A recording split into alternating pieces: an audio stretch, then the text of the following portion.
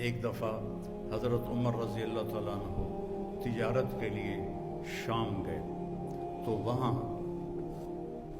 ان کا جھگڑا ہو گیا، تو ایک شامی سردار نے ان کو گرفتار کروا لیا اور اپنے وہاں غلامی میں لے لیا۔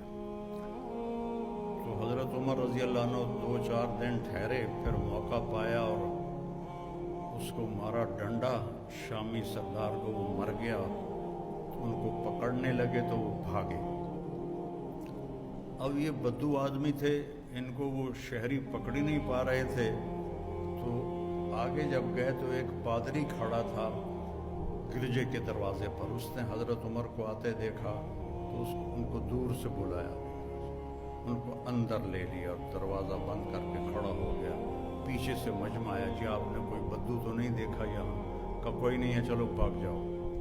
چلے گئے۔ وہ اندر آیا، کہنے لگا کون ہو؟ کہا میں عرب ہوں۔ کہاں سے آئے ہو؟ کہا میں مکہ سے آیا ہوں۔ کہنے لگا تمہارے شہر میں کسی نے نبی ہونے کا دعویٰ کیا ہے؟ ان کا نہیں۔ کہا ان قریب تمہارے شہر میں ایک نبی ہونے کا دعویٰ کرے گا، وہ آخری نبی ہوگا اور تیرے مقدر میں اس کا ساتھی بننا لکھا ہوا ہے، اور تیرے مقدر میں اس ملک کو فتح کرنا لکھا ہوا ہے۔ تو مجھے یہاں تحریر لکھ دے کہ جب تیری فوجیں میرے ملک کو فتح کریں گی تو میرے گرجے کو نہیں گرائیں گی۔ حضرت عمر کہنے لگے حضور میری غربت دا مذاق نہ اڑاؤ، میں تو اتنے مزدوری کرن آیا روٹی واسطے، تجھے میں نے بادشاہ بنا رہے ہو۔ وہ کہنے لگا تو تجھے کیا فرق پڑتا ہے، تو لکھ دے، چاہے میں جھوٹ ہی کہہ رہا ہوں تو لکھ دے۔ تو حضرت عمر نے لکھ دیا کہ جب میری فوجی آئیں تو اس کے گرجے اور اس کو کچھ نہ کہا جائے، اور حضرت عمر لکھنا جانتے تو سائن کر دی۔ پھر جب حضرت عمر کے زمانے میں ملک شام پر لشکر کشی ہو رہی تھی تو پھر آپ نے وہ خط حضرت ابو عبیدہ کو دیا کہ اس راہب کی آپ نے حفاظت کرنی ہے۔ اتنا پہلے آپ کی آمد کی نشانیاں ظاہر ہونا شروع ہو چکی تھی۔ آپ درخت کے پاس سے گزرتے تھے، درخت کہتا تھا السلام علیکہ یا رسول اللہ۔ آپ پتھر کے پاس سے گزرتے تھے، پتھر کہتا تھا السلام علیکہ یا رسول اللہ۔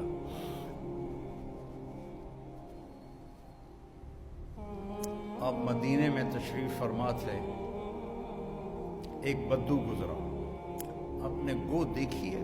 آپ میں سے کسی نے گو دیکھی؟ اچھا بی بی دیکھی، تجھے نہیں دیکھی ہے؟ اچھا، تو وہ جو صحرائی گو ہوتی ہے وہ بہت بڑی ہوتی ہے، عرب وہ کھاتے تھے، اسلام سے پہلے کھاتے تھے۔ تو اس نے وہ گوہ کا شکار کیا ہوا تھا اور اس کو رسی سے باندھا ہوا تھا، تو اس کی دم کے ساتھ، اور اونٹ پہ لٹکا کے جا رہا تھا۔ راستے میں آپ کی محفل دیکھی، کہنے لگا یہ کون ہے؟ کہ یہ وہ ہے جو کہتا میں نبی ہوں۔ تو اس نے اپنی اونٹنی کو موڑا اور آ کر کہنے لگا تو ہے جو کہتا ہے میں نبی ہوں؟ تو نے گھر گھر میں لڑائی ڈال دی ہے، اگر میری قوم کی اور تیری صلح نہ ہوتی تو میں ابھی تیرا سر اڑا دیتا۔ تو حضرت عمر رضی اللہ عنہ کی آنکھیں گھومنے لگی، یا رسول اللہ مجھے اجازت ہے میں اس کا سر اڑاؤں۔ آپ نے کہا عمر تجھے پتہ ہے کاد الحلیم ان یکون نبیا، صبر والا اور معاف کرنے والا اور درگزر کرنے والا نبی بنتے بنتے رہ جاتا ہے، یہ اتنی بڑی صفت ہے۔ پھر آپ نے فرمایا بھائی آپ کو مجھ سے کیا گلہ ہے؟ کہنے لگا گلے چھوڑو، پہلے تم میرے سوال کا جواب دو۔ اس نے گوہ کو کھولا رسی سے، شکار ہوا مری ہوئی آپ کے سامنے ایسے پھینک دی۔ کہنے لگا اس سے کہو یہ تمہاری نبوت کا اعلان کرے، پھر تجھے نبی مانوں گا۔ اور ایسے کھڑا تھا ایسے،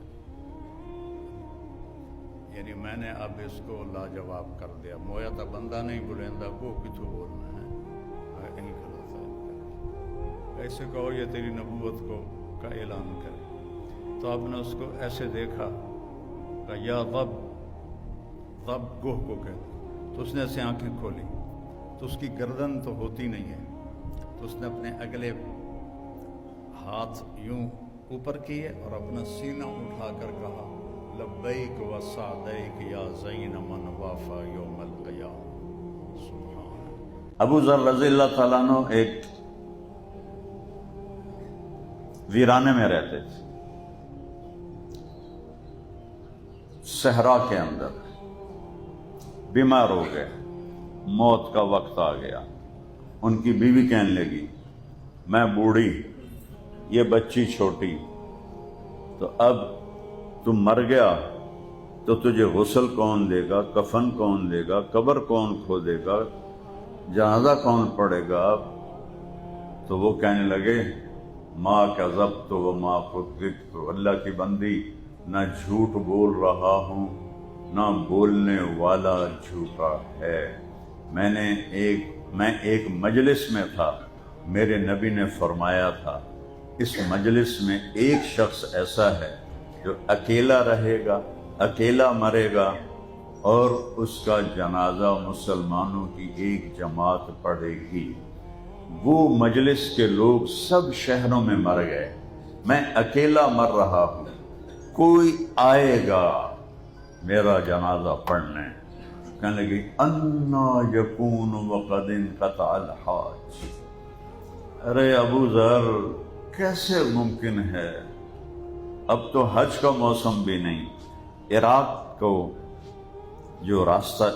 سے جو راستہ جاتا تھا مکے کو، وہ صرف حج کے دنوں میں چلتا تھا کہ وہ شارٹ کٹ ہو جاتا تھا جہاں ابو ذر رضی اللہ عنہ کا قیام تھا. تو جب حج کا موسم نہیں ہوتا تھا تو وہ راستہ ویران ہو جاتا تھا.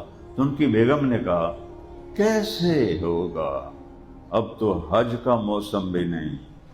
کہنے لگے کہنے والا جھوٹا نہیں ہے، سچا ہے، اور میں بھی سچ کہہ رہا. کوئی آئے گا، پتہ نہیں کتھوں آئے گا، میں نے نہیں پتا، لیکن کہنے والا سچا ہے. جا تو راستے میں بیٹھ، دیکھ شاید کوئی آ رہا ہو. پہلا دن گزر گیا، کوئی نہیں آیا. دوسرا دن کہ جا دیکھ راستے پر کوئی آئے گا. وہ کہنے لگے بیچارہ تب بڈھا ہو گیا، سمجھ پوری نہیں رہی، چلو میں آنکھا مان لواں. تو پھر جا کے بیٹھ گئی، پھر کوئی نہیں آیا. جب تیسرا دن آیا تو بیٹی سے فرمایا بیٹی بکرا ذبح کرو، کھانا تیار کرو، آج مہمان آئیں گے، مجھے لگتا ہے آج میری موت کا دن ہے، آج مہمان آئیں گے تو میری موت کی وجہ سے ان کے مہمانی میں کمی نہیں ہونی چاہیے. سبحان اللہ. بیٹی نے کہا چلو باپ کہہ رہا ہے کہ بکرا چلو وہ دن دے قربان سے، اور کچن رکھا دیتا سی آپ کھا لوں. وہ جا کے پھر راستے میں بیٹھ گئی. کوئی 10-11 بجے کا ٹائم آیا تو دور سے غبار اڑتا ہوا نظر آیا. انہوں نے غبار دیکھا تو وہ حیران ہو کے نا کھڑی ہو کے اور ایسے اپنے دوپٹے کو لہرایا، ایسے کہ ان کی نظر پڑ جائے، اس طرح اپنے دوپٹے کو لہرایا. تو وہ ان سواروں کی نظر پڑی تو انہوں نے اپنے سواریاں موڑ لی. 20 افراد تھے. تو کہنے لگے کہ ایک صحابی مر رہا ہے، اس کے جنازہ پڑھنے کا ثواب لوگے؟ تو یہ 20 کون لوگ تھے؟ اس میں حضرت عبداللہ بن مسعود رضی اللہ عنہ تھے جو میرے نبی کے بہت ہی زیادہ قریب تھے اور ان کے شاگرد تھے. تو انہوں نے پوچھا کون مر رہا ہے؟ تو ان کی بیگم نے کہا ابو ذر فی سیاقۃ الموت. ابو ذر آخری سانسوں پر ہے. تو سب نے رونا شروع کر دیا کہ ہمارے ماں باپ ابو ذر پہ قربان. وہ سب کی چیخیں نکل گئیں اور سب بھاگے بھاگے پہنچے تو ان کو دیکھ کے مسکرائے. پھر اپنی بیوی سے کہا اب اکھلے آگے کہ نہیں آگے؟ میں نے کہا تھا نا، نہ میں جھوٹ بول رہا ہوں نہ کہنے والے نے جھوٹ کہا ہے. یہ میرے نبی کی نظر، میرے نبی کا علم ہے، اور ہم آج اس علم کو جھٹلا رہے. کہنے کہ دیکھو میرا جنازہ وہ پڑے گا جس نے حکومت کی نوکری نہ کی ہو۔ تو سب نے نوکریاں کی ہوئی تھیں، صرف ایک نوجوان تھا انصاری، کہا جی میں نے حکومت کی نوکری نہیں کی ہے، ہاں کب میرا کفن بھی وہ دے گا جس نے حکومت کی نوکری نہ کی ہو۔ اس نے کہا یہ کفن، یہ احرام میری ماں نے میرے لیے اپنے ہاتھوں سے تیار کیا ہے، تو میں نے نوکری نہیں کی، کہ بس تو ہی میرا جنازہ پڑھے گا اور تو ہی مجھے کفن پہنائے گا۔ حالانکہ عبداللہ بن مسعود جیسی شخصیت موجود ہیں، لیکن ان کو قبول نہیں کیا اپنے جنازے کے لیے، اس سے قبول کیا جس نے حکومت کی نوکری نہ کی۔ تو جب ان کا انتقال ہوا، غسل دیا، جنازہ پڑھا، دفن کیا، جب چلنے لگے تو ان کی بیٹی نے حضرت عبداللہ بن مسعود سے کہا یا عم حلم الی الغداء، کھانا تیار ہے۔ کہنے لگے کھانا کیسے تیار ہے؟ تمہیں کیا خبر تھی کہ ہم لوگ آ رہے ہیں؟ ہاں والد نے فرمایا تھا کہ آج میرا جنازہ پڑھنے کچھ لوگ آئیں گے، میری موت ان کی مہمان نوازی سے تمہیں روکے نہیں، میری موت ان کی مہمان نوازی سے تمہیں روکے نہیں۔ میرے نبی کا فرمان ہے سخی اللہ کے قریب ہوتا ہے، لوگوں کے قریب ہوتا ہے، جنت کے قریب ہوتا ہے، دوزخ سے دور ہوتا ہے۔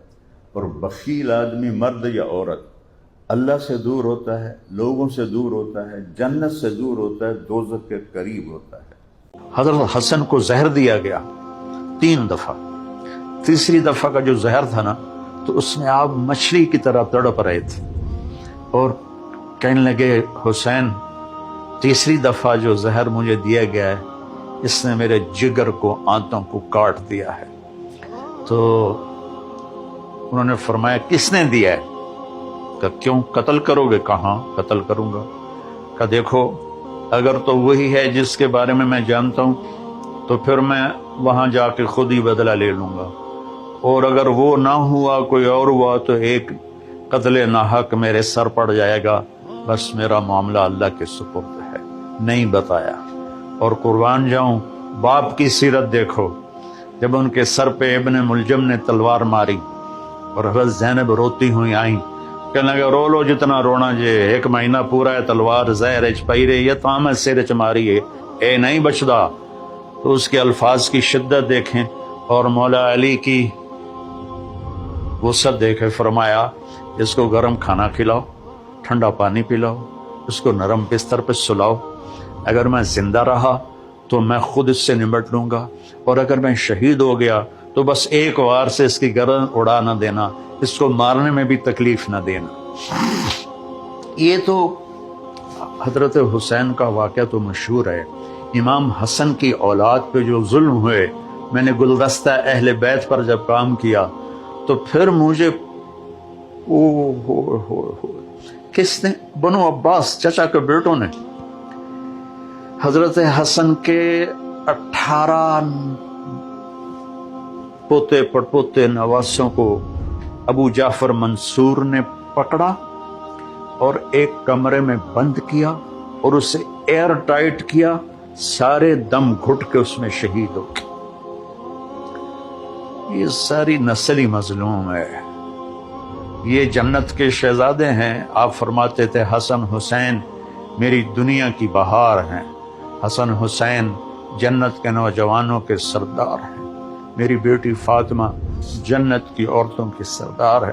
آپ نے حضرت علی کا ہاتھ پکڑ کے یوں کرتے کرتے کرتے کرتے یہاں لگا لیا، پھر کہا علی اترضا ان یکون منزلوں کا مقابل منزلی فی الجنہ، علی تو خوش ہے جنت میں تیرا گھر میرے گھر کے سامنے ہوگا۔ تو آپ رونے لگے کہ یا رسول اللہ سب کچھ میرا سب کچھ مل گیا۔ ایک دفعہ آپ نے فرمایا علی میرے بعد میری امت تم سے وفا نہیں کرے گی، تو آپ نے عرض کی یا رسول اللہ میرا دین سلامت رہے گا؟ آپ نے کہا ایک رات آئے گی قیامت کے قریب جو 3 راتوں کے برابر ہوگی، تو لوگ پریشان ہو جائیں گے، بچے عورتیں چیخنے لگیں گی کہ سورج کدھر ہے، سورج کدھر ہے۔ 3 راتوں کے یعنی 12 36 گھنٹے کے بعد سورج مغرب سے نکلے گا اور سرخ پیلا تھوڑا سا اوپر جائے گا اور پھر غروب ہو جائے گا، تو شیطان ایک دم سجدے میں گرے گا، کہے گا یا اللہ آج جس کو بھی تو کہتا ہے میں سجدہ کرنے کو تیار ہوں۔ تو اس کے چیلے پوچھیں گے کہ استاد جی یہ آپ کیا کہہ رہے ہیں؟ کہیں گے یہ میرے مرنے کا سب سے پہلا سائن آ گیا ہے، لیکن اس وقت توبہ بند ہو جائے گی۔ جو کفر پر ہے وہ اسلام اس کا قبول نہیں، اور جو توبہ کرنا چاہے اس کی توبہ قبول نہیں۔ پھر تھوڑی دیر کے بعد سورج مشرق سے نکلنا شروع ہو جائے گا۔ اس واقعے کے کچھ عرصے کے بعد صفا پہاڑ جہاں ہم صحیح کرتے ہیں، حالانکہ وہ چھپ چکا ہے، تو اللہ کے نبی نے فرمایا میں دیکھ رہا ہوں کہ ایتھوپیا، جس کو عربی میں حبشہ کہتے ہیں، حبشہ کا ایک کالا آدمی پتلی پنڈلیوں اور ٹیڑھی پنڈلیوں والا، کیا میرے نبی کی نظر ہے، وہ بیت اللہ کا ایک ایک پتھر توڑ کے گرا رہا ہے۔ پہلے یہ ہوگا، جب بیت اللہ ٹوٹے گا تو پھر یہ اتنے بڑے بڑے ٹاور کون اور کیسے توڑے گا، یہ تو اللہ کو پتہ ہے، لیکن انہوں نے فلیٹ ہو جانا ہے۔ یہاں کتے پیشاب کریں گے، میرے نبی نے فرمایا۔ مدینہ انسانوں سے خالی ہو جائے گا، مکہ انسانوں سے خالی ہو جائے گا۔ گزرنے والے قافلے کہیں گے یار لگتا ہے یہاں کبھی آبادی ہوگی۔ ابھی آپ اس آبادی کو دیکھیں، پھر حجم آبادی کو دیکھیں، پھر آپ میری بات کا تصور کریں تو آپ کہیں گے یہ تو ایسے ہی مولانا صاحب بات کر رہے ہیں، اور میں اللہ کے نبی کی آپ کو سنا رہا ہوں کہ گزرنے والے لوگ کہیں یار لگتا ہے یہاں کبھی کوئی لوگ رہتے ہوں گے، لوگ رہتے ہوں گے۔